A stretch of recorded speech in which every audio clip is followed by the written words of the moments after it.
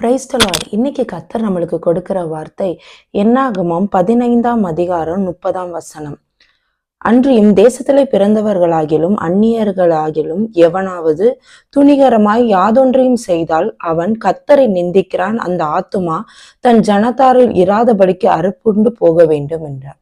இந்த இடத்துல கர்த்தர் நம்மளோட இடைப்படுகிற வார்த்தை என்னவென்றால், நம்மளை ரட்சித்து தன்னுடைய சொந்த ஜனமாய் ஏற்றுக்கொண்டு இருக்கிறார்.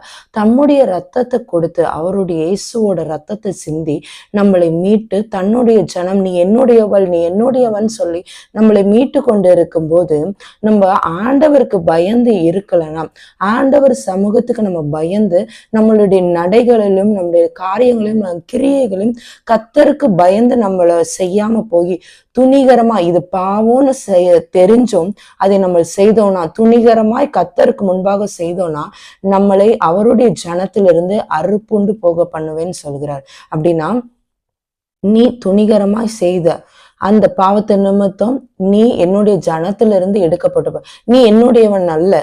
கிறிஸ்துவோடையவன் யாருன்னா, நன்மையை செய்கிறவர்கள் தான் கிறிஸ்துவுடையவர்கள், நல்லதை செய்கிறவர்கள், சத்தியத்தை செய்கிறவர்கள் தான் கிறிஸ்துவருடைய, தீமையை வெறுத்து நன்மையை நேசிப்பவர்கள் தான் கிறிஸ்துவோடையவர்கள்.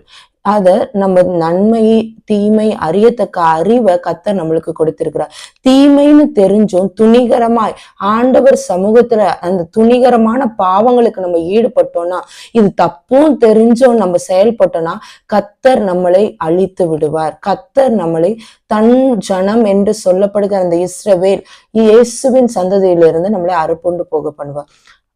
இன்னைக்கு கர்த்தர் நம்மளோட இடைப்படுகிற வார்த்தை இதுதான், துணிகரமா என்னுடைய சமூகத்துல பாவம் செய்யாதே. பாவம்னு சொல்லி எதெல்லாம் கர்த்தர் குறிப்பிட்டிருக்காரோ அந்த காரியங்களுக்கெல்லாம் நம்ம விலகி ஓடணும். யோசேப்பை போல பாவத்தை பார்த்தா விலகி ஓடுகிற சந்ததியா நம்மளும் இருக்கணும். நம்மளை பார்த்துதான் நம்ம பிள்ளைகள் வளருவார்கள். துணிகரமான பாவங்கள் இன்னைக்கு நீங்க யாராவது செய்து கொண்டு இருக்கிறீங்களா? கர்த்தர் உங்களோடு இடைப்படுவாராக. கர்த்தர்கிட்ட கேளுங்க, பலனை கேளுங்க. பாவத்தை மேற்கொள்கிற கிருபை ஆண்டவர் இடத்துலதான் இருக்கு. நம்ம பாவம் செய்யக்கூடாதுன்னு நினைச்சாலும் நம்ம தவறி விழுகிற காரியத்துல கர்த்தருடைய கிருபை நம்மளுக்கு வேணும். ஆண்டவருடைய அன்புல அதிகமா நிலைத்திருக்க அவருடைய அன்பு அதிகமா ருசிக்க உங்களிடத்துல பாவம் ஒட்டாது. அவருடைய அன்பை நீங்க நினைக்கும் போது அவருக்கு விரோதமாய் செயல்படவோ இல்ல துணிகரமாய் அவருடைய சமூகத்துல நீங்க வரவோ நீங்க உங்களை அர்ப்பணிக்க மாட்டீங்க. ஆண்டவருடைய சமூகத்துல நம்மளை தாழ்த்தி துணிகரமான பாவங்களுக்கு எனக்கு விலக்கி காத்து கொள்ளுங்க, மறைவான குற்றங்களுக்கு என்னை விலக்கி காத்து கொள்ளுங்கன்னு இன்னைக்கு ஆண்டவரிடத்துல கேட்கிறீங்களா? கர்த்தர் தாமே இந்த வார்த்தைகளை ஆசீர்வதிப்பாராக. ஆமென். God bless you.